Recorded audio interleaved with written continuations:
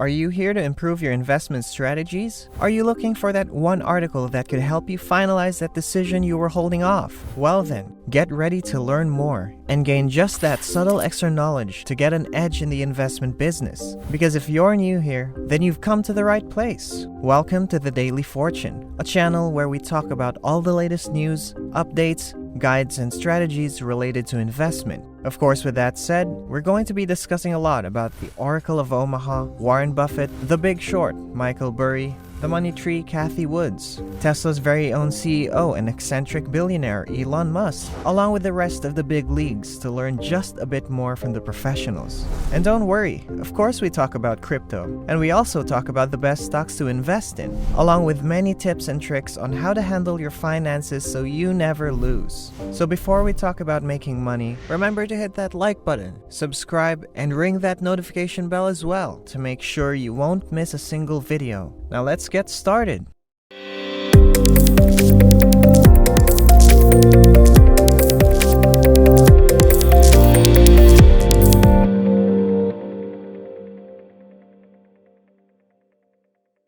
Others say, if you want a large investment, you should find a business or simply make money for long-term success. But do you know what matters the most? It's where you keep your money. Have you ever wondered where millionaires store all of their money? Because for sure, the percentage of your income is to be kept in order for you to be able to grow financially and eventually use it to acquire assets. But there are far too many options. To begin with, physically storing your money may be a bad idea for two reasons. First, if you keep it in a basement, your money will lose value due to inflation, particularly if the inflation rate is 2% or higher. The other reason is that if there is a safer way to store it, it may at least make up for the inflation rate. It makes no sense to keep everything at home. Consider billionaires such as Ray Dalio and Warren Buffett. They only have about 1% of their funds in liquid form. They always make certain that their money is moving, and that's what we call cash flow. It's a critical concept that was explained in Robert Kiyosaki's Rich Dad, Poor Dad, and in the book Richest Man in Babylon.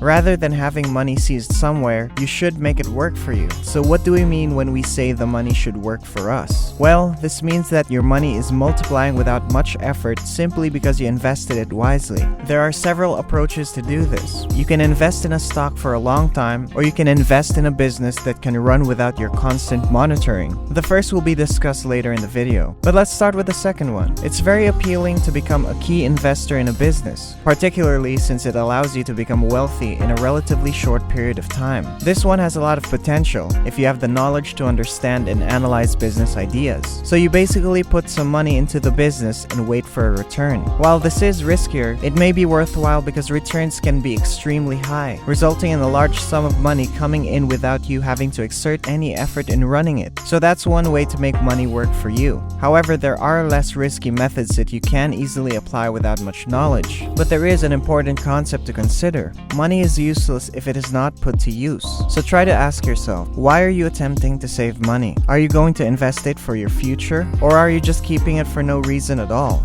It's important to save a portion of your income in case of an emergency, but it's pointless to sit around and do nothing. Many people have this habit of keeping cash just to feel comfortable, but this is a mistake you should avoid. If you want to seek growth, you must keep the money moving. Well, you've got the emergency fund, but where can you put your money without spending hours researching and taking huge risks? Your savings account is barely making you any money, and savings accounts on average won't even cover the inflation rate, as most will only offer 0.05% or 1%. Here are the best ways to keep your money that offer a lot of benefits over typical savings accounts. First one on the list is online banking. Nobody trusted online banks when they first started operating. They weren't as successful before because not everyone knew how to use and access them. Things are becoming more digital now, and because of COVID-19, internet banks have increased their impact for a good cause. Obviously, you should do your homework before deciding what to pick. So seek the banks that have been in business for a while. Don't be surprised if you lose all your money if you choose a bank that sprang out of nowhere a month ago. The reason they're superior to traditional banks is that they provide more services at greater interest rates. They can charge higher rates since they don't have the same expenses as traditional banks,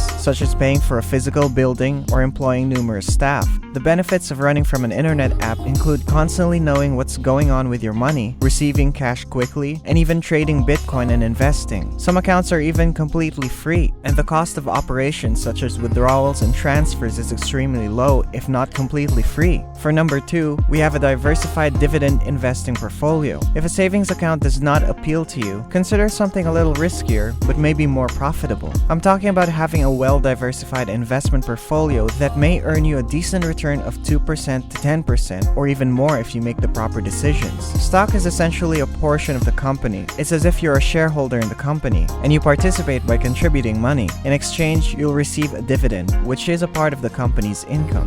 Therefore, if the company doesn't do well, they won't make any money, and you too will lose money, which is why this is riskier. But investing for the long term decreases risks, and diversifying your portfolio is widely recognized as the best strategy to boost the odds of a successful investment. That implies you're not putting all of your money into one company. Instead, you're investing in a group of promising companies. You must seek out organizations that have been established for a long time, are dependable, and have the potential to succeed in the coming 2 to 10 years. As I always say, before you invest, you should conduct some research. However, there are some companies, such as Google and Microsoft, that are less volatile than others, making them safer. Number 3 is a blended portfolio. This is similar to the last one, but it's a good option for those who don't know how to pick stocks. For those who are new in investing, a blended, diversified portfolio that includes both stocks and bonds is ideal, because these portfolios are designed utilizing a lower-risk, mixed portfolio method. Betterment and Wealthfront Solutions can assist you in making a decision. Simply enter your objectives and they will generate a plan for you. For example, if you desire a quick return, they will build a portfolio that includes 20% stocks and 80% bonds. Real estate is another popular option for people to put their money. When it comes to real estate, it's clear that it's not the most liquid form to keep your money, simply because it's extremely difficult to get your money out of a physical asset like real estate. You see, most individuals acquire real estate for the long term rather than the short term. The downside is that if you need money quickly, selling a house might take up to 3 months in most circumstances, which means that while real estate is a great method to create money and increase money, it's also one of the few places where getting your money out is difficult. For this reason, I believe that 90% of millionaires invest in real estate. Not only may a house rise in value based on the area in which you buy it, but it will also most likely provide you with some monthly cash flow. If you don't spend it, it can easily be reinvested in future real estate purchases. So real estate is by far one of the safest methods to keep wealth, simply because, unlike other volatile forms of storage, a house is very unlikely to lose considerable value unless it is destroyed by natural occurrences, in which case you should probably obtain home insurance. But by far, investing in real estate is the best strategy to save money, since you can leverage your money to acquire other properties and generate more wealth. And that's it. Ways to store your money during inflation. Thank you for watching. So that's it for today. I hope you learned something from today's video, and to get updated with the next videos, don't forget to hit the notification bell. See you next time.